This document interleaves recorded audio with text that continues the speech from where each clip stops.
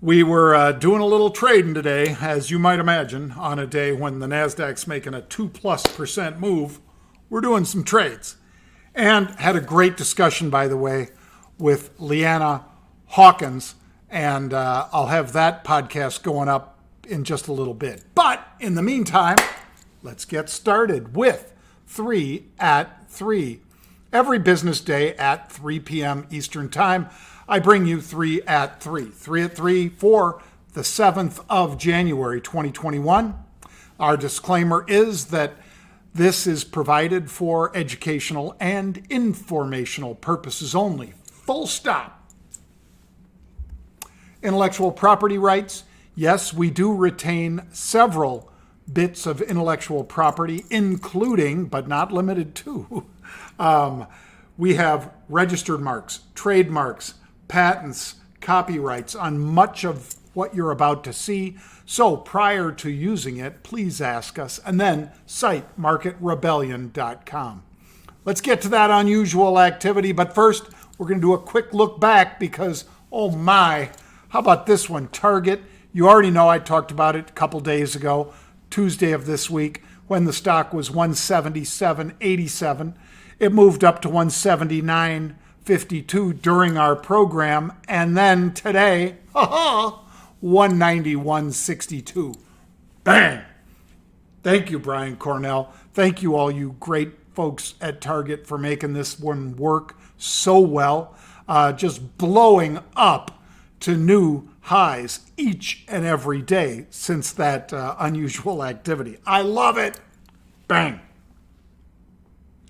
If you'd like to learn more about getting started in options, if you'd like to learn about trading stock, options, futures, and cryptocurrencies, well, you can do all of that by going to marketrebellion.com/get started. You can do that right now and learn about how to trade like we do, which includes one-to-one call spreads, which includes selling out of the money puts, anything your little heart desires. We can probably show you a better way to do it with less risk, and understanding these strategies is what really will make you a better trader. So go check it out. That's marketrebellion.com/get started. How about this one? I wanted to go back to December 16th. Why? Because way back then, Riot Blockchain was at $11.42. Now, I didn't ride it all the way up to where it is today, but I wanted to show you this because we talked about it. Stock's $11.42. They were buying January 15 calls, 12,000 of those, 12,500, which is 1.25 million share equivalent. We said, that's an awful lot. Somebody's betting on the upside pretty big. Well, take a look at what happened today, because those calls are up 70% overnight. Those calls that were purchased for basically $1.50 to $2. I think our entry was $1.80 or something like that for ourselves. Did I ride it all the way to the bitter end or wonderful end here? No, I didn't. But I applaud each and every one of you that did. I was out earlier. But for those of you who stayed in, man, what a ride. $8. So if you paid $2, which was the high of that day, if you paid $2 back on December 16th for these January 15 calls, well, you could have got out at $8 or more on this move. So that's 400% in less than a month. 400%, folks. Bang. Let's also hit Nike real quick. Why? Because I talked about this one also on the halftime report, as well as to our customers. Nike, 143.37 was the stock. They were buying the April 145s. Well, there's the stock moving to 145 today. That's today at 2:58 Eastern Time. Nike, 145.20, up 2% on the day. Bang. All right. You want to talk about crypto? Well, the broker that Pete and I have invested in, since so many of you ask every day on Twitter, what is that broker again? It's Voyager. They are a publicly traded company. They're on the board up in Canada and they trade over the counter here in the United States, you can earn up to 9.5% interest APR on your deposited Bitcoin and so forth on Voyager.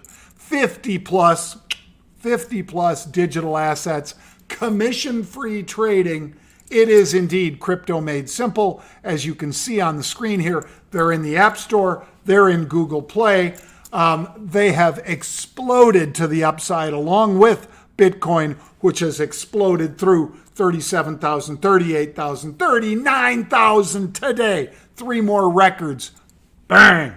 That's what we love when you're trading those cryptocurrencies, and Voyager is a great place to do it. That's where I trade. Let's get to unusual option activity, or UOA. Right now, Micron, 78.80. You see 3,500 Feb 90 calls. So that's not $11 out of the money, but $11.20 out of the money.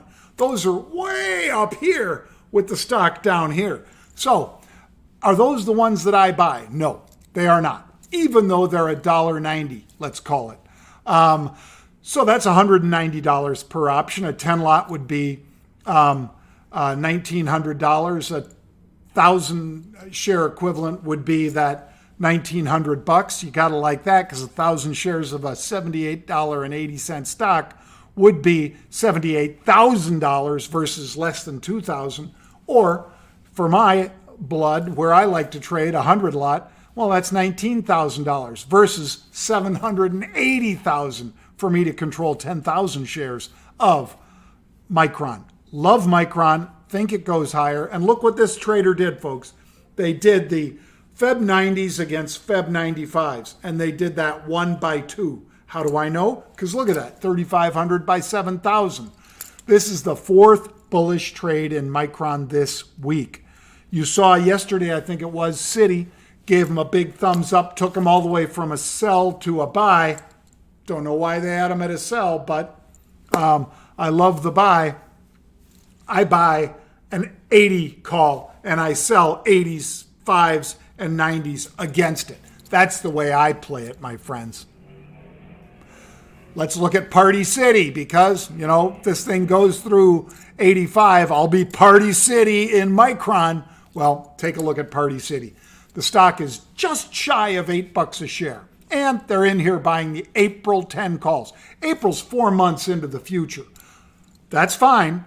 Not as fast a time decay as the shorter dated options, but 10 strike, I'm going to buy something closer to the money. And I'm going to try to spend $1.35 or less by buying the 8s and selling the 10s, for instance. That's the way I would play it. You got to explore how you would play it, but I love this. The player has been right here. As you can see, they closed their April 8 calls and rolled up to the April 10s. Love that. This is how we follow a trader who's been right and who has cashed out of part of their winnings and instead says, I'm going to stick with it, though, for more upside. Love that. And the third of our 3 at 3, man, have we had some good hits in this one. I highlighted that the stock is $118 roughly, and yet they're buying the 135s. So these are more than $15 out of the money.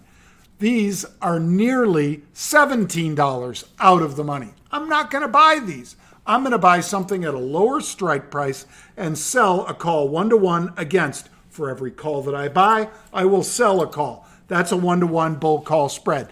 That addresses time decay, which is critical here, because time decay for 135 strike stock that is right now trading at 118.19 is going to be severe in the final 2 weeks of that option's life, because that's where we are here, folks. So be very careful. This is deep end of the pool, fast time decay. You really need to understand that before you make an investment. But if you can mitigate that risk through a 1-to-1 call spread, you're addressing number 1, theta, which is time decay. Number 2, volatility, which is symbol V. I'm addressing both by doing a call spread in Cree. Questions? You've got questions? We've got answers. Questions at Jon Najarian or at 3@3_UOA. Let's get to it. Stocks Unhinged, that's STOCKS, Unhinged, says or asks, plug out 1/8, 40 calls, 2,500%. Bang. I love it. Stocks Unhinged, giddy up, DDA, which is discipline dictates action. And Pete is always right about that. There's what this trader posted. He said he got out of 1/8 of his position. I believe that's what he's saying. He paid $40 for 2 contracts. He sold 2 contracts for $1,000 because, as you see, he bought them for 20 cents, sold out of them at $5. I applaud you, and I say, well done, sir, or ma'am. But Stocks Unhinged, well done. Fantastic trade, my friend. Love that you were able to take that kind of hit on the positive side on this one. Let's get to Jeff Monte, which is NYCMONTE. Replying to Jon Najarian 3@3 Market Rebels, I'm in New York City. I've been out of work since March. God, I hate to hear that. Been following you guys and been able to make some money to live through the Gestapo mayor and governor until they open New York City. So I want to thank you from the bottom of my heart. And one day I'll have enough money for a subscription. You know what, Jeff? You practically bring a tear to my eye, my friend. I am delighted for you. We'll try to make something good happen for you. And we certainly appreciate that very nice endorsement.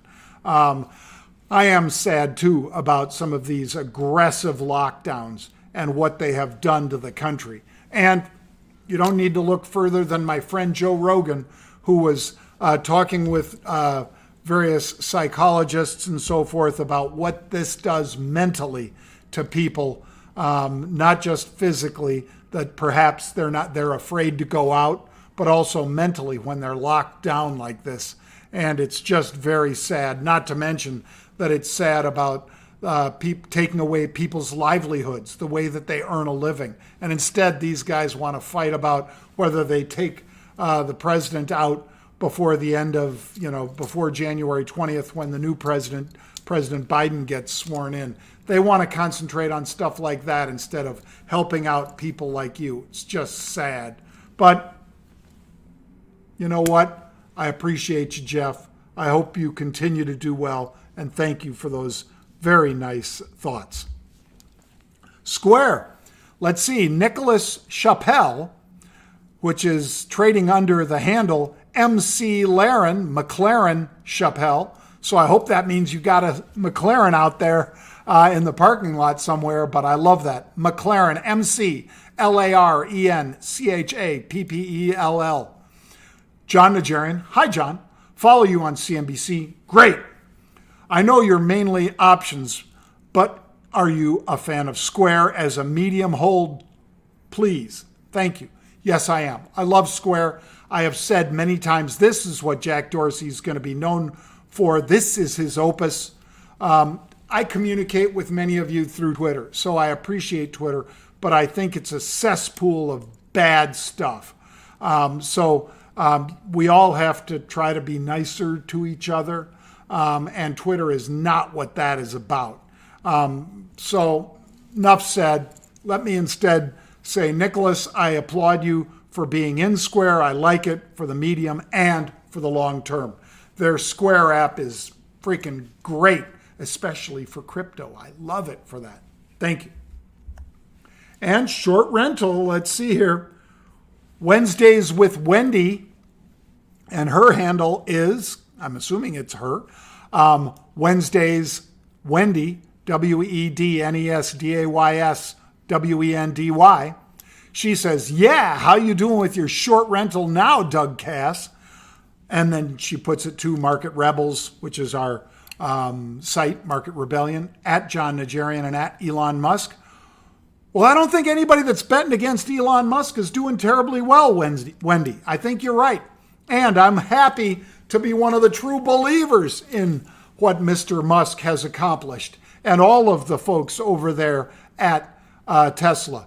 I know that Wendy's talking about Mr. Cass saying that he thinks this is his number one idea, being short Tesla. That might be the last thought that goes through his head if this indeed is his position, because you're buying it back higher and higher and higher if you're anybody who's followed Doug in this one.